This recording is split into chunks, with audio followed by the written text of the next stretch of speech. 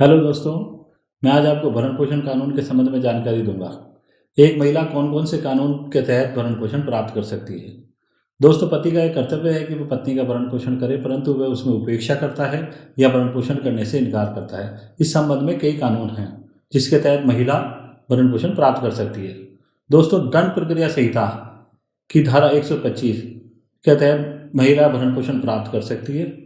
CrPC की धारा 125 के तहत प्रावधान है कि एक साधन संपन्न व्यक्ति जो अपनी पत्नी जिसके पास आय का कोई साधन नहीं है, अपनी संतान जो धर्मज अधर्मज है, नाबालिग है, तथा धर्मज अधर्मज संतान जो बालिग है परंतु वे मानसिक व शारीरिक रूप से अपना भरण पोषण करने में असमर्थ है, तथा माता पिता जिनके पास आय का कोई साधन नहीं है उनकी भरण पोषण करने में उपेक्षा करता है या भरण पोषण करने से इनकार करता है, तो न्यायालय के पास ये शक्ति होती है कि वह उस व्यक्ति को ऐसी पत्नी, बच्चों, माता पिता के भरण पोषण का आदेश दे सकता है।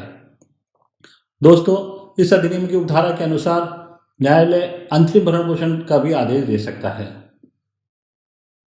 दोस्तों, घरेलू हिंसा से महिलाओं का संरक्षण अधिनियम 2005 संसद द्वारा इस अधिनियम को पास करने का उद्देश्य महिलाओं को घरेलू हिंसा से बचाना और उन्हें कानूनी सहायता उपलब्ध कराना था।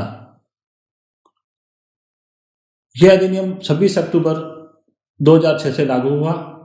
इस अधिनियम की धारा 12 के तहत पीड़ित महिला, जो पत्नी भी हो सकती है, माँ, बेटी, बहन या नातीदारी में रही महिला, आवेदन कर सकती है तथा न्यायालय से अन्य आदेशों के साथ साथ निवास का आदेश, संरक्षण आदेश के साथ साथ भरण पोषण का आदेश भी प्राप्त कर सकती है। धारा 20 के अनुसार धनीय अनुतोष वह प्राप्त कर सकती है। धनीय अनुतोष भी ऐसा अनुतोष होगा जो उपयुक्त होगा, युक्तियुक्त होगा तथा उसके जीवन स्तर के बराबर का होगा।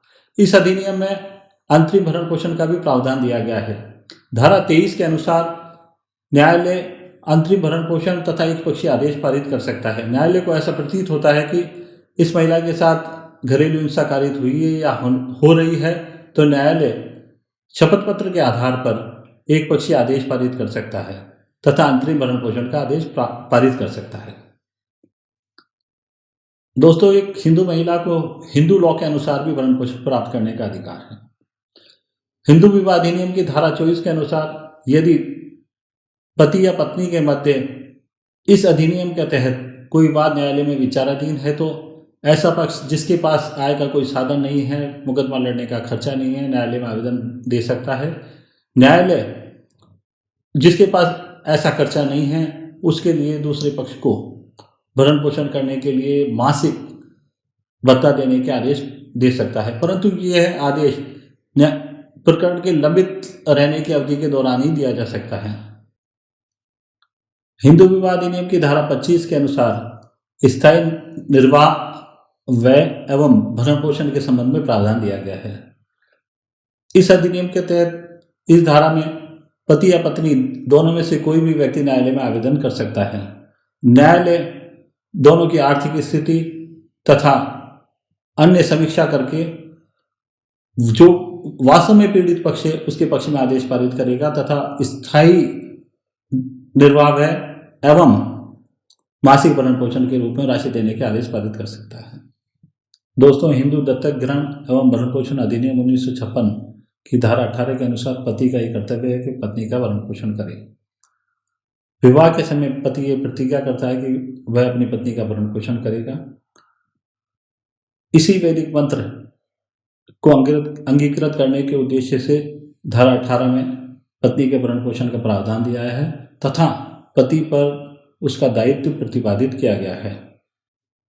हिंदू दत्तक ग्रहण एवं भरण पोषण अधिनियम की धारा 19 के अनुसार एक पत्नी जिसके पति का स्वर्गवास हो गया है अपने ससुर से भरण पोषण प्राप्त कर सकती है, परंतु उसके पास अपनी आय का कोई साधन नहीं होना चाहिए तथा उसके पास अपनी स्वयं की कोई संपत्ति नहीं होना चाहिए।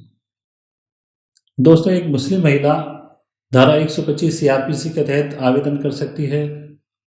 धारा 12 घरेलू हिंसा से महिलाओं का संरक्षण अधिनियम 2005 के तहत आवेदन कर सकती है।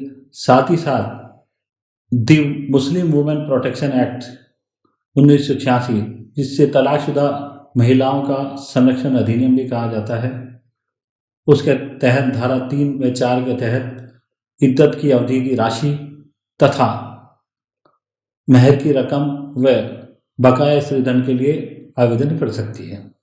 दोस्तों, मेरा यह प्रयास रहा है कि मैं कानून की सरल भाषा में जानकारी आपके सामने प्रस्तुत करूं। मेरा ये वीडियो आपको कैसा लगा? पसंद आने पर लाइक एवं शेयर करें तथा और वीडियो देखने के लिए मेरे चैनल को सब्सक्राइब करें। जय हिंद।